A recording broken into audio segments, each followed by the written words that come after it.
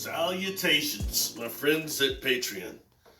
Thank each one of you for being here and supporting me and staying with me. I need to put out a couple of videos here so we can start chopping it up. At least I could do a live feed of some type. Not many people are commenting on the videos here, the few of you that are subscribed. So if you'd have any questions or anything, and that goes about anything I've talked about on YouTube also. If you have questions about that, pose it up here in Patreon and let's discuss it a little bit. I'm trying to be much more open here. So once again, I thank each one of you that stayed with me on this. And what I wanted to discuss this time is MECOs. All right, MECOs. So what we're going into is the difference in black hole theory. I think this is very important for those of us that are aware right now.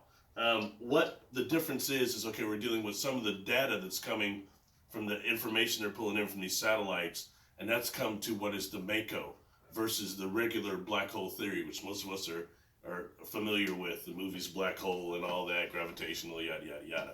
But in the MECO, which stands for magnetically, eternally collapsing objects.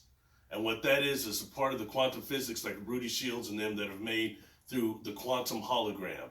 I've talked about the quantum hologram quite a bit, and the MECO is part of this, okay? So the quantum hologram is actually when you have a wormhole is something goes through, let's say a wallet goes through or something, that wallet is duplicated on the surface of the wormhole, while the rest of the wallet goes through the real one. So it creates a duplicate, all right? That's called the quantum hologram. And the quantum hologram can even be attached to the atomic level is what they're doing. I've seen some computations that are beyond me, but that's what they're trying to suggest that can be done also. So that takes it to a whole nother level, all right? Anyway, the quantum hologram is a portion of this MECO. And this MECO is actually, part of that is that the MECO emits its own magnetic field to sustain itself for a small period when a regular black hole is not supposed to. So anyway, this MECO, the MECO is the part of this system of this quantum hologram that actually holds the information, that organic component. That's the way I've been able to understand it through these books and this quantum physicists and what they're talking about. And I think that's very, very relevant, all right? So in that way, dealing with this, and when dealing with civilizations that used actually these wormholes, whether they're micro from little civilizations or big ones, they're using these wormholes and micro wormholes to travel throughout the universe, throughout the galaxy. They're entering these MECOs. So some of these civilizations may be type 4 and type 5, and they don't even exist anymore. But guess what? They're still interacting and existing in that quantum hologram within that organic part, the MECO, that information part. They're still existing there and able to interact with us and our brain through the divine field. I think that's huge because that leaves our perception and our experiences a lot open to things that can be influenced by the media. All we're constantly hearing about is, reptilian this, reptilian that, gray this, gray that, clones this, clone that. And not that, I'm not trying to discredit all that, but to a certain degree, for a lot of us that have had real experiences, the contact experiences are nothing like what's portrayed in the media. This is Patreon. I can say this. That's bullshit. Straight up. All right? That is bullshit. A lot of what we're seeing in the media, and that's something I like about Ray Hernandez and the Free Foundation.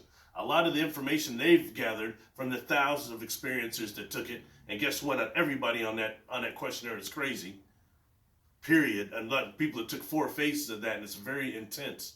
That took that's showing that a lot of what we're experiences through the media is crap and seeing. My experiences weren't like that at all.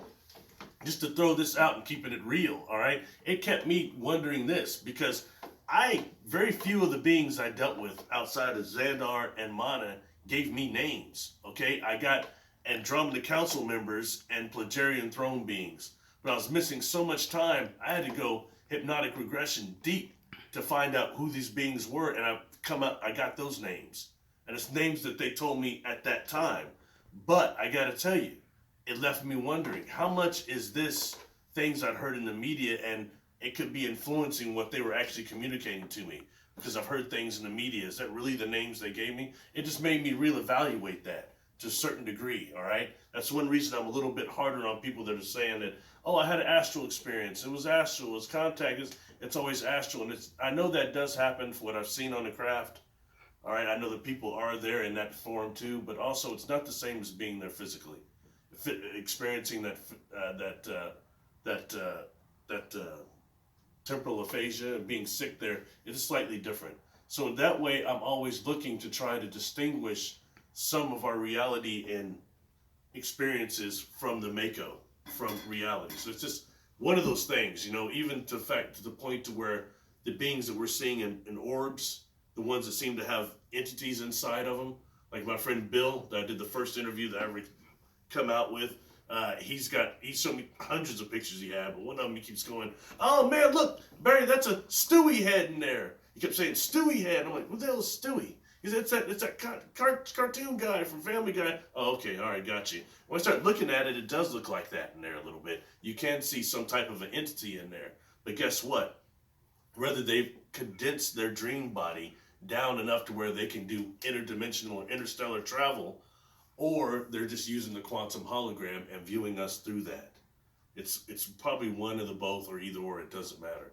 But these are things that need to be really, really, I think, thought of when dealing with all these beings and all these civilizations that were using wormholes before we realized what they were.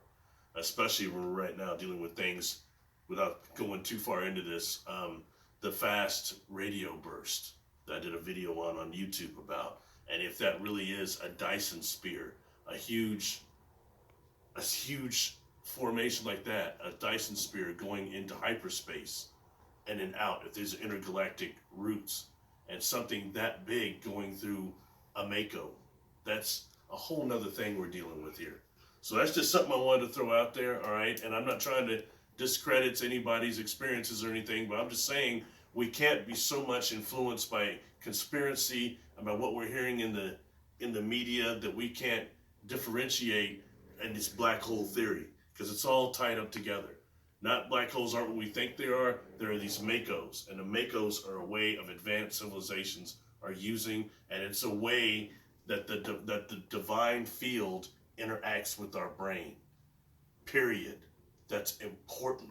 All right, to the point of where I talked about an orb technology. Look at that video on YouTube. But the orb technology, when the orbs get around us, if they can be, the quantum hologram is attached to the atom, the molecule itself, if they can be that small, that means an orb that we can't even see gets in our biofield. It warps the way what we perceive. It changed the reality we perceive. That's what I think is going on at ISETI right now. And the last interview I did with James Gillian just a few weeks ago, he had mentioned that, all right, that there was going to be, there was some scientists out there that verified electromagnetically a lot of things I think about that mountain. Anyway, I just wanted to say thank you for coming here. I'm going to try to put some stuff up on YouTube also, but it's not like here. So please ask some questions. Let's chop it up a little bit. I could set up a live feed time for a few people that actually want to try to join me. I've never done one before, so it might suck, but at least I'll start doing it, making a track with it. So thank you very much for joining me here at Patreon, and see you soon. Peace!